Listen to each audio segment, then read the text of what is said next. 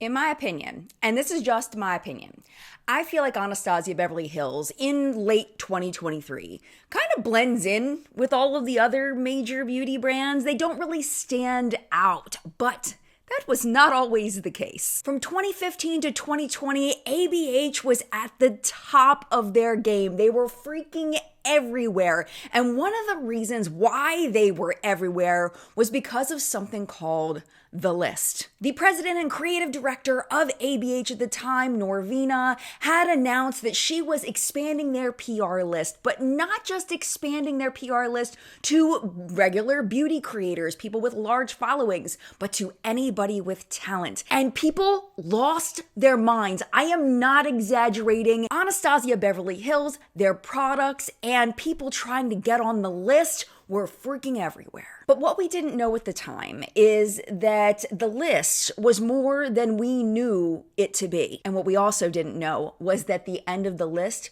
would mark the beginning of the end of ABH's reign over our beauty space. This is Behind the Controversy, and it's starting right now. A lot of the information about the infamous Anastasia Beverly Hills list has been lost to history, and the big reason why it has been lost is because Norvina's Twitter account is now gone. I don't know whether it was deleted or whether it's just private, but all of her tweets are no longer accessible. A lot of the evidence from her Instagram is also gone, but as you know, the internet is forever, and there are still screenshots available if you have the time to scour the internet for them. So that's what I did. If you are not familiar with Anastasia Beverly Hills, you may be asking, who the heck is Norvina? Norvina is Claudia Soray. Norvina is actually her real name. She is the daughter of Anastasia Soray, aka Anastasia of Anastasia Beverly Hills. Norvina took over as creative director and president of Anastasia Beverly Hills, and honestly, I'm going to speak from my soul here, she was really, really good at it. She just knew how to work social media. She knew how to make Anastasia Beverly Hills the superstar that it became. After the absolute travesty of the subculture palette launch, that is a whole nother topic. I will link my video from back then down below in case you're curious about that. And then the mediocre launch of the Prism palette, ABH was kind of on a downward swing, but they really swung back when they came out with two superstar palettes, the Soft Glam palette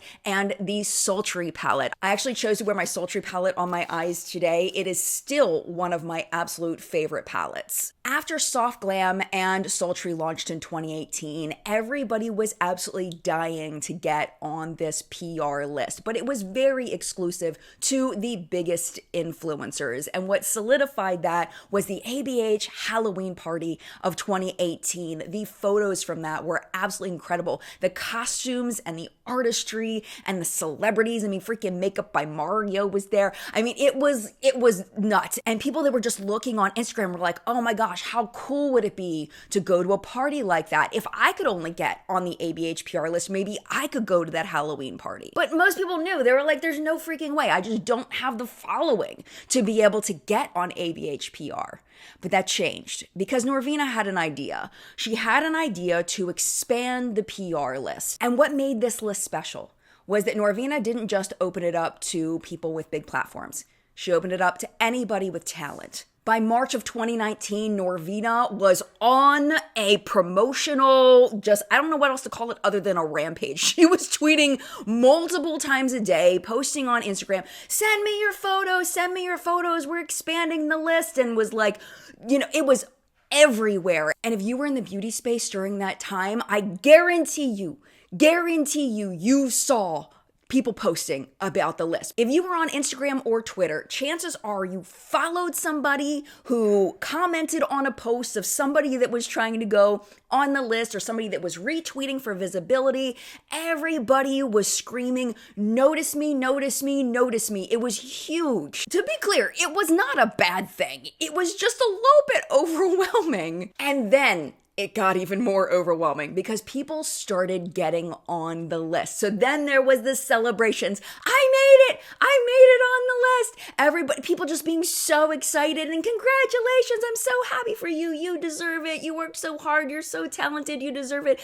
People freaking out, just so incredibly excited. But they didn't know what was going to happen next was they were going to get a massive package in the mail, a massive pack. I'm talking probably every single thing that ABH had in their line was then shipped to these people that had made it on the list. Who remembers seeing influencers get this massive PR package by ABH? This was actually mine. In 2018, they added me to their PR list, and I was shooketh. This weighed like 20 pounds. Anyways, I'm no longer on their PR list, but this will be forever the best memory ever. And then people were freaking out. Oh my gosh, look at all that stuff.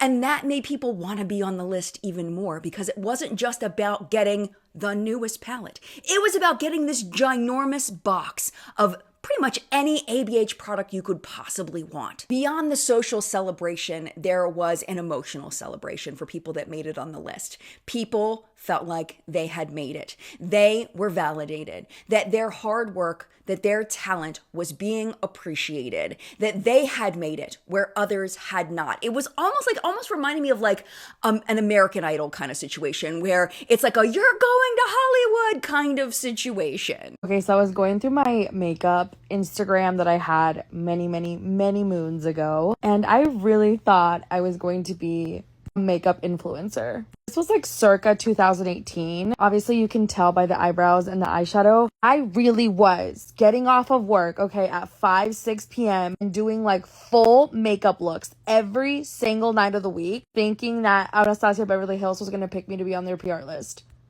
Like, I was working overtime trying to get on that PR list. Do y'all remember? This was like, I can't even remember what year it was, but it was like they were doing like a massive search for their PR list. And I applied. I'm pretty sure everyone and their fucking mom applied on Instagram and Twitter. You would tag them and all this shit. This was a you had to be there moment. There was nothing more I wanted than to be on the Anastasia Beverly Hills PR list. I would have given my firstborn child to be on that list. I remember one time Norvina liked my picture and I almost passed away. Like, this was such a time. No, because I really thought Anastasia Beverly Hills would see this and put me on their PR list. It is so bad, I want to give you a 0, but that's not possible. So I give you a 1. Again, what we didn't know at the time was that things were about to downturn, and this was going to turn into something that was much less positive. And not just for the people that were on the list, but for the brand as well. So all of the massive amounts of tweets were happening in March of 2019. By June of 2019, Norvina started being told that the ABH PR packages were being sold online on places like eBay and Mercari, and this really upset her. Of course, her tweets are no longer available, but there is a blog called Cafe Mom that captured the text that was in those tweets, so I'm gonna go ahead and link that for you down below. But overall, the general sentiment of the public was that this was a horrible thing to do, that you had been gifted all of these products, that so many people wanted these products, you had been given them, and now you're going to sell them, but that didn't stop people from doing it. This is one of the quotes that I found on that Cafe Mom article. Norvina had said, "So let down by some of the people selling the Alyssa PR box and or the entire PR kit. It just makes me upset with myself for adding them." People like makeup artist Rebecca Seals tweeted back to Norvina in mass things like, quote, "So freaking gross. I can't believe anyone would waste a good opportunity like that for a quick buck. People suck." So after this, the tweets and the promotion for the list kind of slowed down for the rest of 2019. And by February of 2020, it seemed like the just massive nature of the list became overwhelming for the company as a whole. Norvina started announcing that they were going to be removing hundreds of people from the list, and this created a whole nother thing. Norvina said in a tweet, quote, "It's not over or anything, but it's getting so big. The expenses are in the millions yearly, and our new social people are now running metrics. The pressure from both sides is wild." So this led to the next stage in the list saga, whether people had the right to be upset about being removed from the list. And there were two clear camps on this. There were the people that said that the people being removed from the list and were upset were entitled. They should be grateful for all of those free products that they got. And then the other camp of these people worked so hard, they created all of these looks and all this promotion for the brand, and they felt like they were being appreciated for their art, and now they're being cut from this exclusive position, feeling like they were no longer valued by the brand that they looked up to so much. They saw other people staying on, but they were being cut. What was it about them?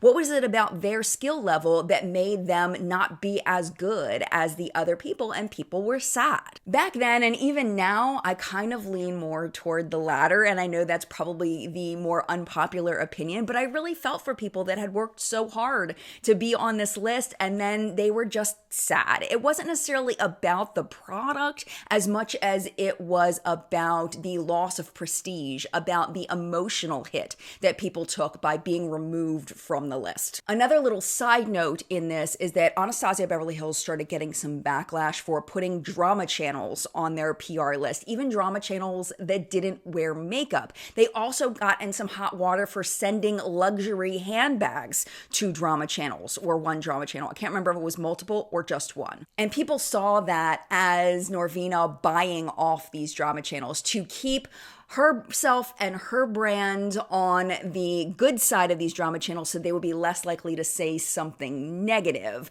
Because at this point, Norvina had become the face of the brand. She had launched her Norvina line, and she had kind of positioned herself as a celebrity that had gotten a collab with Anastasia Beverly Hills for an entire line. She was in all the advertisements for it. She really was more than just the president and the creative director. She was the face. What had started out as a celebration for creators and for artists that were less known turned into a whole freaking mess. But why?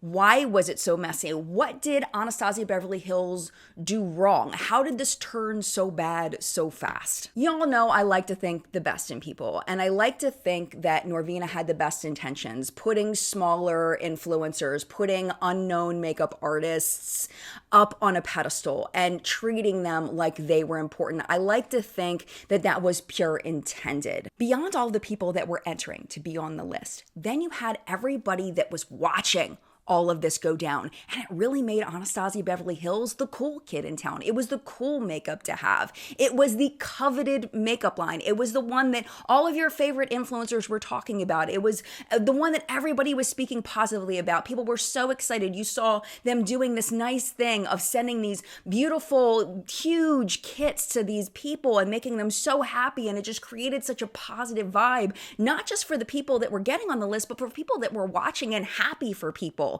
that they were so happy. So that probably increased sales as well, because people had overall, whether you were entering or not, a positive opinion of the brand. Along with lifting up all of these people, Anastasia Beverly Hills got a huge promotional bump from this, because you got to think about it. You've got people, thousands of people, going out and buying Anastasia Beverly Hills products to come home, use them, and take photos, post them to their social media, tagging people, tagging Norvina, tagging Anastasia Beverly Hills, hashtagging all of that, just everywhere. This brand was freaking everywhere, and they didn't pay anything for that initial promotion. All Norvina did was tweet and said, hey, we're opening up the PR list, and the sales came in and the posts came in. Then what they could do is they could take these photos that these artists created and then repost them on their own socials. So they didn't have to hire a photographer. They didn't have to hire makeup artists. They didn't have to hire models. They just took the ones that their fans created trying to get on the PR list and were able to use that on their own social platforms without paying anything. In the end, marketing-wise, it's pretty freaking genius. But what they didn't do, that I think was the downfall of it, was consider the cost of sending out these giant PR packages to so many people. It just got so big so fast. I think the downfall of the whole thing was really the cost of maintaining this list and not thinking of the human element behind the list. Yes, there is a profit margin in cosmetics. The actual physical product itself, the packaging, the outer packaging, that has a cost. But beyond that, you have to pay staff, you have to pay for building rent, you have to pay for storage space, you have to pay for things to be shipped out. There's so many costs involved in creating and selling a makeup line that it's beyond the cost of the individual product. I mean, I can't even imagine how much it costs ABH just to send out shipping wise a giant box like that. So even though they were benefiting from the quote unquote free promotion of people creating all of these things, they created too much of a cost to balance all of that out. And she just kept opening it to more and more and more and more people. And I'm hoping that it came from a good place and her just wanting to include everybody on this list, but it just got too big and it wasn't sustainable. In hindsight, hindsight's always 2020. In hindsight, what my thinking would be a better way to have done this would have been to send an influencer that got on the list like a survey kind of situation where you have 20 products, very popular ABH products that are available, and the influencer gets to pick 10 of them to be shipped. Now, this would increase labor costs as far as they wouldn't be just shipping the same thing out to everybody. You would have to individually pack the boxes, but at the same time, it would lower the overall cost. It would lower the cost of how much it cost to ship the box of the actual products inside, and it would be more sustainable. Now, the first box might be 10 products. The second box may be 1 product or 3 products. The other thing that I feel like would have been a huge positive for them was to remember that human element and how hard it would be for people to know that aren't in the beauty space, that have never been on PR, that have never been taken off a PR list, like every influencer has been taken off of a PR list. We don't get told when we're taken off, we just get taken off. But the thing is we didn't try for weeks and months and spending extra time after our daily grind to create this content and hope that ABH would pick us, and then to be picked, oh my gosh, it's a different feeling, it's a different emotion. So I think, understanding that human element and not opening it up to so many people, but really valuing the manageable amount of people that could have been on the list. I always feel like in this kind of situation, transparency is just so important. And I think that the expectations of what people would get from being on the list was never communicated. Is that the person's fault that got it, that they had higher expectations, or is it the brand's fault?